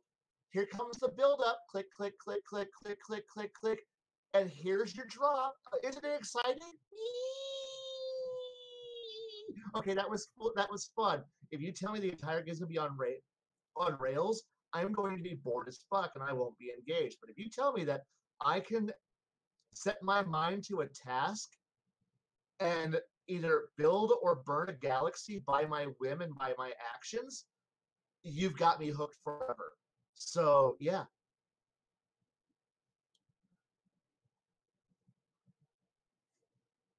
Sorry, Baron G Rock. It's a story. If it's got the story there, then I will go all in with it. I'm very story driven as a player. You know, I think that if you have a good story, that is where my immersion comes in. Is being immersed in the story and the lore and everything. So that's kind of my rubber stamp on it. Is that. All right. Jade. Let's see here. Things that keep me going in games. I have to say a little bit of intrigue, a little bit of mystery, maybe some political, like inter-geopolitical shenanigans.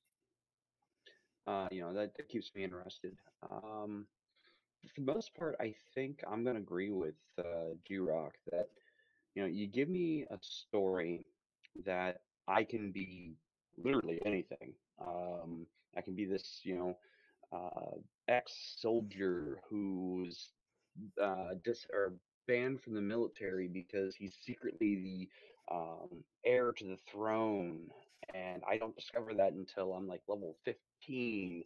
That the family curse is lycanthropy. I'm going to be engaged as the story keeps going. If you feed it to me over time, so I mean, you really have to present the story like from the beginning at your section 0, like, hey, here's where it begins, here's where I'm hoping to take it, and you build me your character that you want to play in, and give me like 5 interesting facts or 5 points about that character that you want included in your story or in the story, and I'll make sure to write it in. If you've got a DM who's willing to go to that extent and write in the 5 points of every character and weave the story together in this entangling web of intrigue, mystery, and um, just lore building within the world, I'm sold. Like that's the kind of story I'm into. I like interconnected characters. I like interconnected characters to the lore of the world. If my character is part of this world, part of this living world, and it feels like it's a living world, I'm game. I'll keep gaming until heat death of the universe. All right. And the only thing that survives is you, a cockroach, and some poor bastard that you're trying to save the cockroach from. At the end of the universe, when the lights have gone out, there'll be three things left standing: me, you, me, and the cockroaches, and me trying to defend the cockroaches from you. Are the Can the cockroaches roll dice? Is all I care. Maybe. I might fail protecting them from Conall. Only if the cockroaches come from Beetlejuice. You forgot Keith Richards. Keith Richards will be there too. Oh, I mean, you're not wrong. He might be the cockroach. You've heard everybody else's answer. I got to ask you, Conall. Got a question. You've heard their answers. Do you want to ask me the same question, or do you want to evolve that question a little bit? No, I'll ask the same question. That gives me a moment to think of the next question. I'll go with that answer. Okay. What was the question you posed to the other three? Because I didn't mean to tune out, but I would pick up when you would have them answer back story, story, story, story, story. And I'm thinking if this was a drinking game, the words, every time you heard the word story, you take 2 drinks, and I'd watch my chat get liver cirrhosis before it's over. Before this chat is over, we will all be going to the VA hospital. Anyway, have fun with your Resident Evil kids. So you want to ask me? What keeps you in the seat? How about that? What keeps you in the seat? Is it the people? Is it the story? Is it just your love of the game? That's a very complex answer. The thing is that I love running a campaign to where my players are enjoying the time they spend with me. So it's a social aspect. It's really not a story aspect at all. It's me being able to sit down with my friends, and we have a rule set that kind of gives us guidelines, and we have the ability to interact with each other, say some really nasty jokes to one another, act like total shitheads, maybe on camera sometimes, but we have a narrative that they're building and their character arc that maybe they're trying to find if they are that type of player where they do have a proposed character arc. Meanwhile, I'm able to give my players an evolving campaign which will go from we're dealing with Fae, or maybe we have giants on the horizon. Nope, we're fucking with greenskins. Oh God. And so you have to have this mindset where I want to keep my players off balance enough to where they don't get comfortable. I don't want them to think that like they've been here, seen this before. And we're running a game that's been out for the past just 13 years. And its bones have been in use since 1999 on the market. So I'm not running something that's brand new. We're not doing something that like you haven't seen this before. So we have people that have an idea of how they're going to min-max their little McStabby halfling thief, and they know how to engineer a character that by 8th or 12th level is a virtual killing machine. He doesn't require a group to be with him for him to make mischief and to get guards on the prowl. And hopefully he's a good enough player where he's savvy enough where he can misdirect others, and he's glib of tongue enough to where he can do that. So I want to have all the players at the table have an idea of how they want to evolve as a character mechanically and mentally with this alter ego of theirs. And for me, what keeps me in the seat is the fact that I have a very big set of shelves of material to run. and I have a lot of reference material I can use if I want to run just stuff out of the book, much to Blaine's dismay, and just you enter a 20-foot by 30-foot chamber. There is a desk and a writing tablet on the oak grain finish. You see that a man is upset as you enter, and he gets up angrily out of the plush office chair. I need you to all roll for initiative. I don't want to have that game. I just saw Blaine have a flashback. We were middle schoolers. Oh God. I just had a pimple come out. So anyway, I want to have my players be able to feel like they have lived in the world, and I want them to be able to have a vested interest. Like there's a guy that plays in my game, Brooke, and the last campaign he had a thieves guild. He was the only one at the table that was invested in it because he had an actual thieves guild. He had achieved what mostly he wanted, and his wife, I gave him the Charles Bronson evolving story where he found a wife and she got pregnant, and she crafted a set of knives for him to do good work with. And then another thieves guild, people from Orcus, killed his wife, so he went into vengeance mode. And I gave him all those wonderful story elements, and Brooke just embraced it. And he is stepping out of the game for a while because he's got to focus on some professional things. And I wish him the best of luck and hope he comes back. But he really liked it. And the things that keep me in the seat are being able to entertain my players and give them moments to where they feel like they actually are somebody else. And they don't have the same gripes that we all have today, where I have to wait an extra 10 minutes in line at Taco Bell because the fat 17-year-old kid can't make a fucking chalupa for me. Or I'm not stuck in traffic behind this overturned tanker because he doesn't know how to drive and he was answering his Facebook notifications. I don't want to have you feel like you're that putz at my table.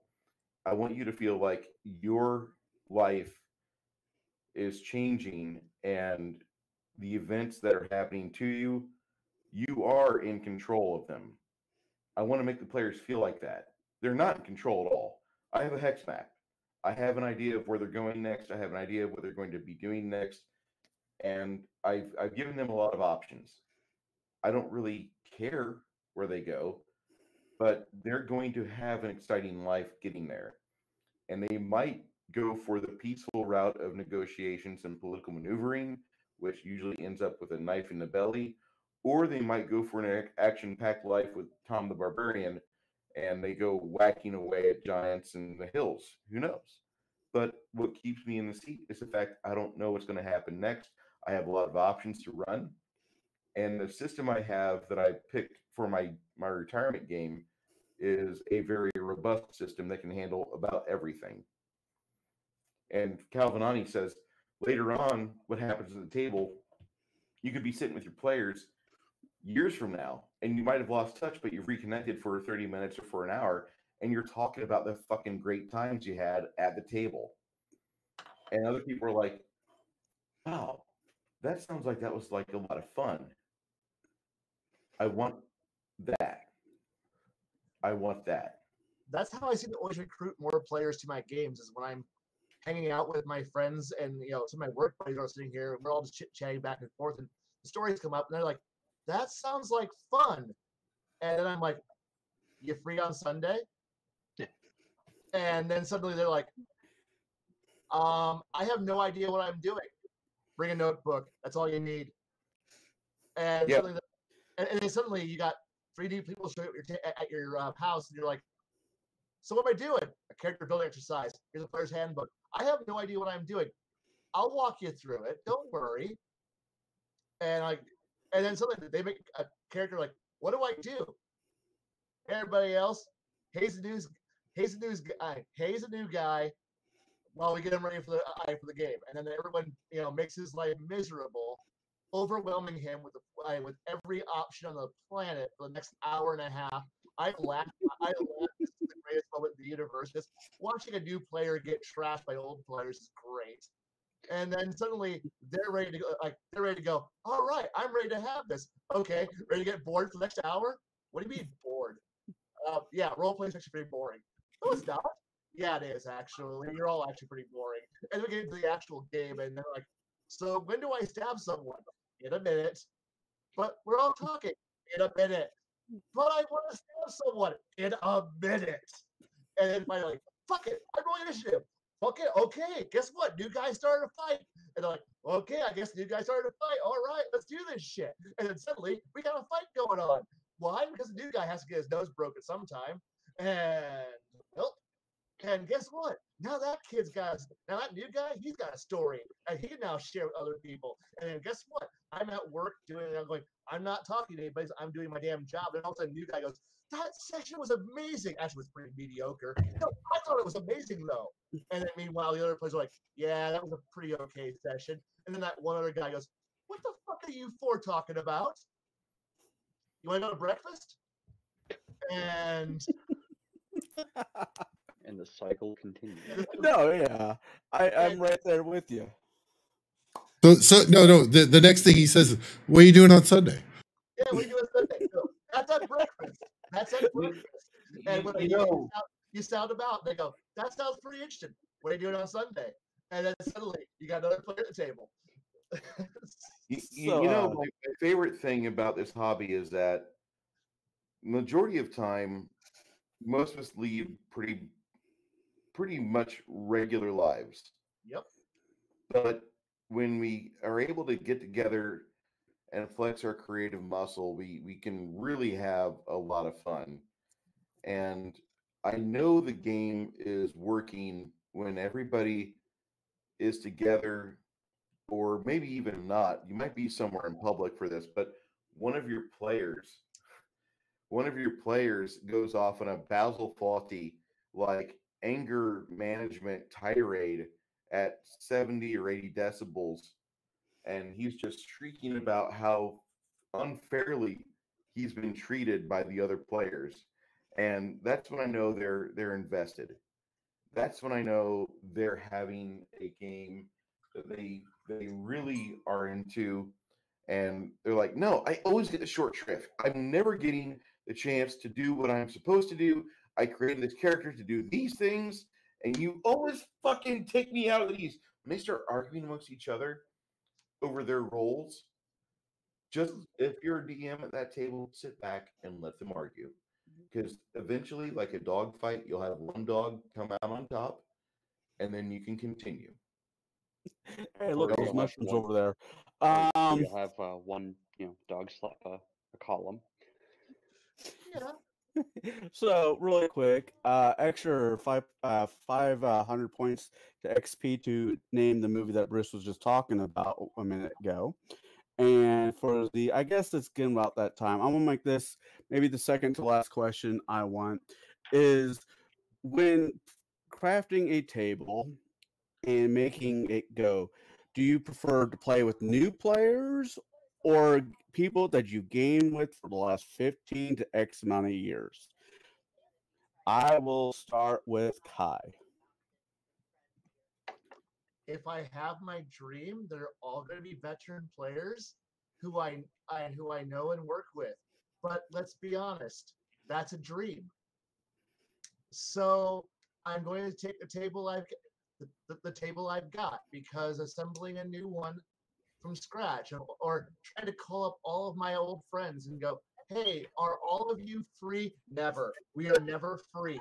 We are all married. We all have kids. We all have jobs. None of what day do we all have off? Every other day of the week besides the one that you want. Oh, so that means we're going to have no game whatsoever. But you can all chat with us in our Skype group, and we'll continue to be NPCs in the background of your actual game. You're going to run for all the young people who have no idea who any of us are and don't know any of our tricks. And I'm going, I'm following what you're saying here. So you tell us the plot you're going to run through, and we'll run the evil people in the background. Is that okay? Yes. All right. So here's the plot line, and then watch 4 or 5 veteran players sit back and go, all right, and this is how we're going to screw with every last one of those players in a way that they won't even realize we're screwing with them. Why? Because we know you, we know how you run, we know how you're going to abuse those guys. So we're going to help you abuse them by giving you for every NPC you could ever ask for. So will you stat them all out for me? Oh yeah, we'll stat them all out. We'll make sure all the rules are all perfect. Better than you can do it. So we know that you can't actually do the mechanics right. I know how to do mechanics. No, you don't. You're right. You're right. I'm sorry. And because when you got 5 min maxers who are all sitting here going, we can build a better character than you can.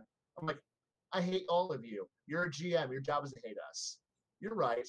And therefore I go and use their work to go make 5 to 6 other people utterly miserable. And that's a good campaign. Okay. Wow, mildly statistic. I can get along with that. Baron G Rock. Once again, Kai's. Stop sticking me after Kai, because after his rant, my brain is like. Do you want to mulligan? I can bounce over to Jaide. Yes. All right, Jaide, you're up next. Oh man. See, I've had new and I've had old players at my tables. I've had, veterans in the hobby for 15, 20 years sit at my table. I've also taught new players how to play. If I were to pick, my ideal table, I would say I want a good mix. I want people who know the flow of the game, but not necessarily rules lawyers. Um, I want people who are fresh to the game, who have these amazing, creative, wonderful ideas that, you don't.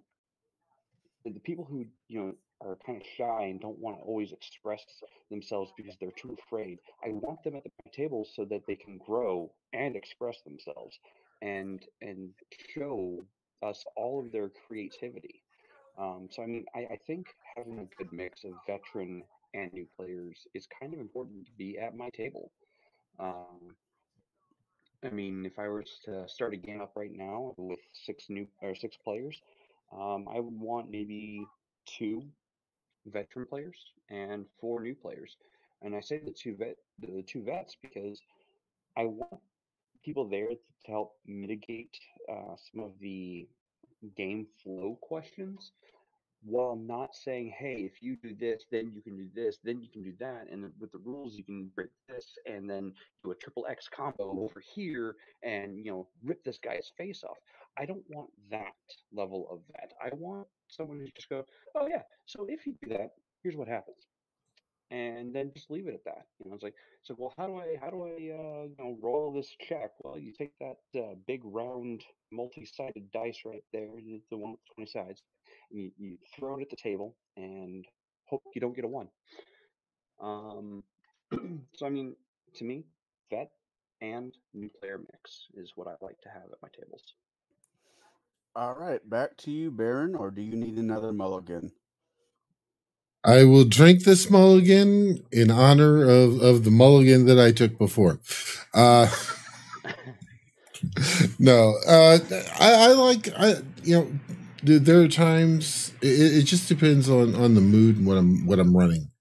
If I'm running something that's going to be more complex, I like to have veteran players there that I don't have to hold their hand through something that complex.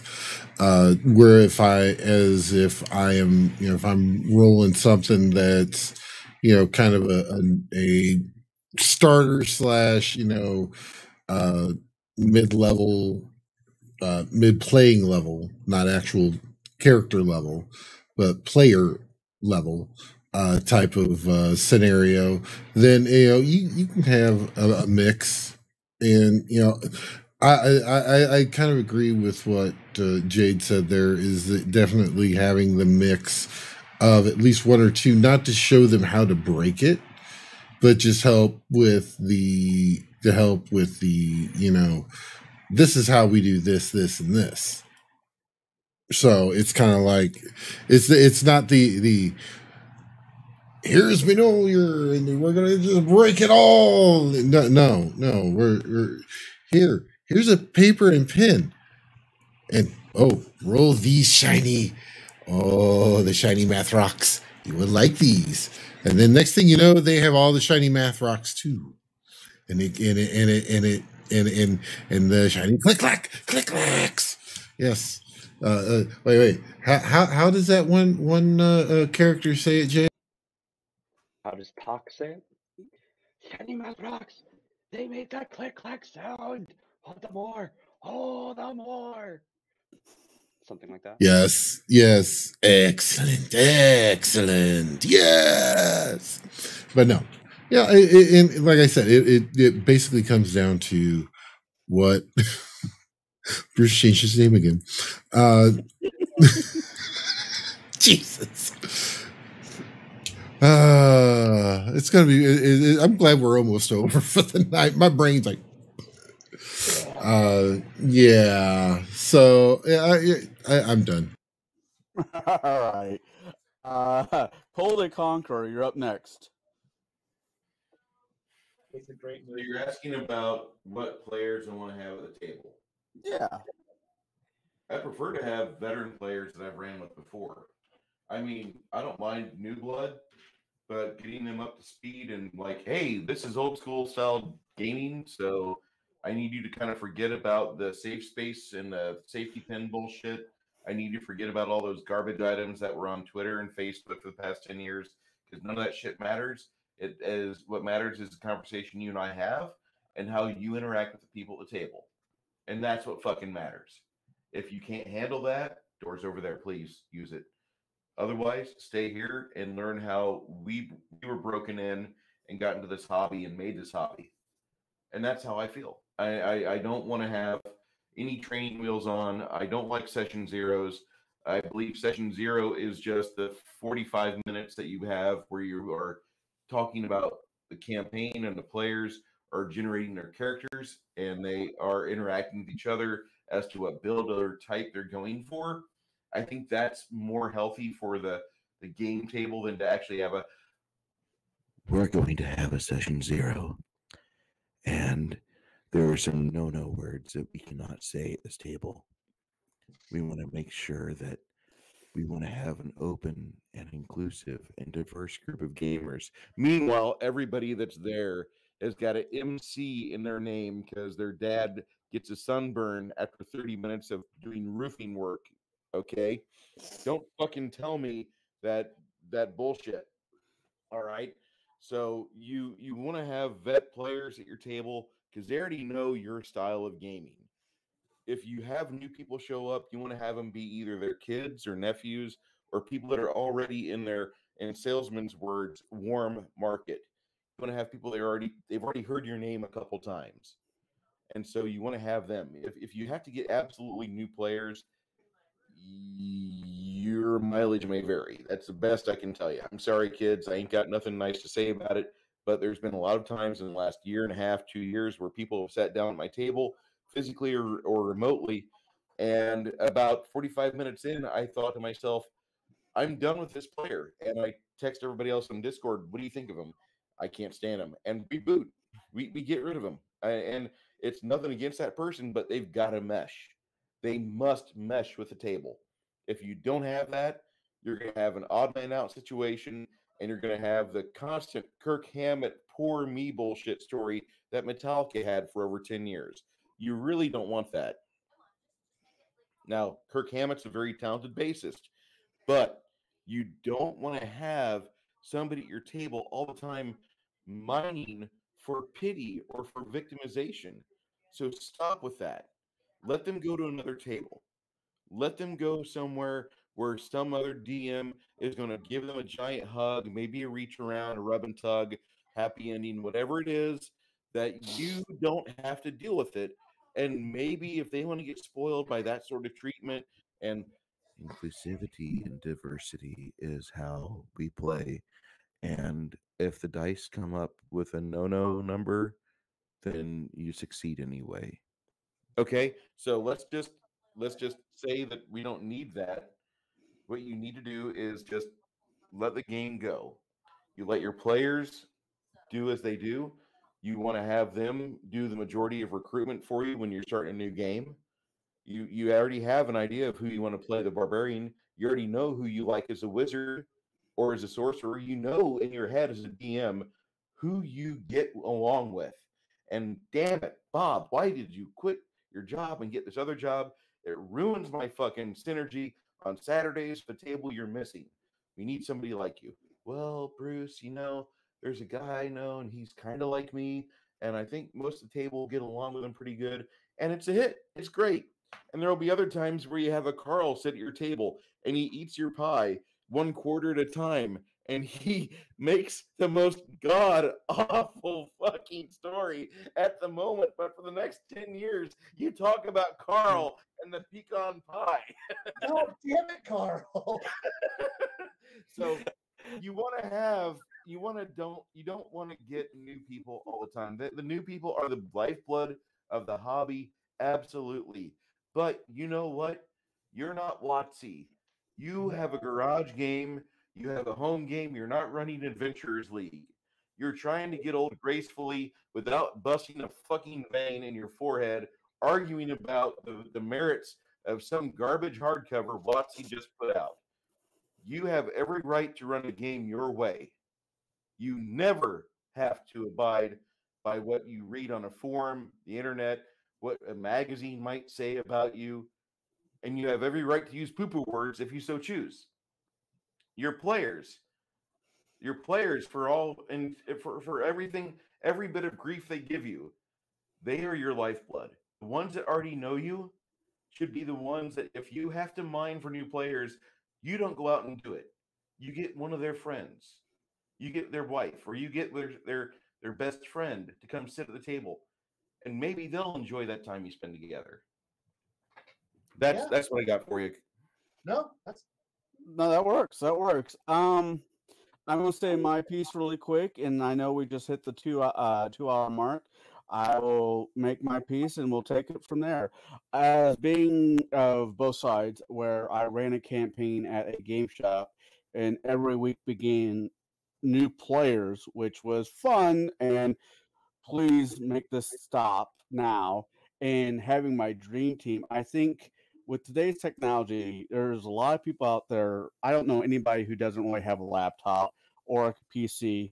Internet is, internet's almost in everybody's houses. I know it's not in everybody's house, but there's a lot of people that have internet. Virtual tabletop gaming is now a thing. And if you're willing to go through it, you can make your dream team as long as it works. And my dream team is people I game with in the past, and maybe your cousin Sally, who has red hair and green eyes. I don't know. I'm just throwing that out there. And so, with that being said, tonight was my choice of topics. I hope everybody had a good time, and I will see you all next week.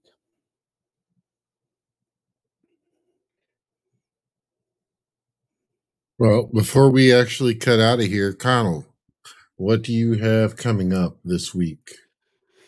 Hopefully by this coming Thursday, I will have my first video out. God only knows if I'll get A, subscriber, or B, it'll be any good. But by Thursday, you'll see a video from me. Okay. Jaide, have you got anything coming up? Nothing in particular. I obviously haven't started a YouTube channel or anything. I have no real designs on it yet. Don't know if what I say is interesting enough. If it is, then I might consider it. Okay. Well, I mean, don't forget you can always do random rants. We have someone else that does that. Yeah, I think you've got random rants covered. What about you, Kai? What are you doing?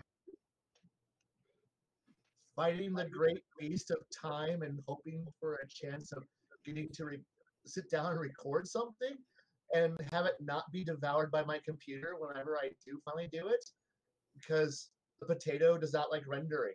So I must find new ways to render that's faster and not 4 hours with bugs.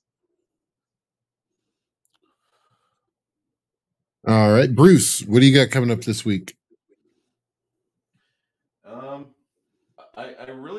I really think that if I got tomorrow off, I'm going to release a video. It might not be a live stream, but it's going to be me painting and just discussing all the bullshit for the past 3 weeks that I've wanted to make a video about, but everybody else did a really good video on it, so I kept my mouth shut. But I really want to rant about how women can feel however they want. Frost is not the arbiter or the judge of how men should see women.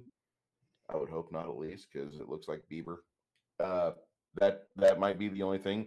Saturday, I'm going to be hanging out with some friends away from my computer, so I'll be pretty happy for once. Wait, never mind. We're all going to be stuck inside because of weather. Fuck you, winter. Yeah, go ahead, Garrett. Oh wait, we got meme review. We have meme review. Well, hold on. Before we do the meme review, Now we'll be doing it after Garrett. All right. So with me, I've got a few things coming up. I've got an interview with Taylor Lane, who is an author with the OSR. Those of you who've been following stuff with Legion of Myth, they did a huge thing on this and whatnot. So yeah. Also next week I do have TableBreakers. TableBreaker Gatekeepers, keeping everything straight. Is going to be the best mundane magic items that you allow at your table. So the panel is going to be going over stuff that they allow at their table, and basically what they like to throw up there for their players to be able to definitely latch on to. And I think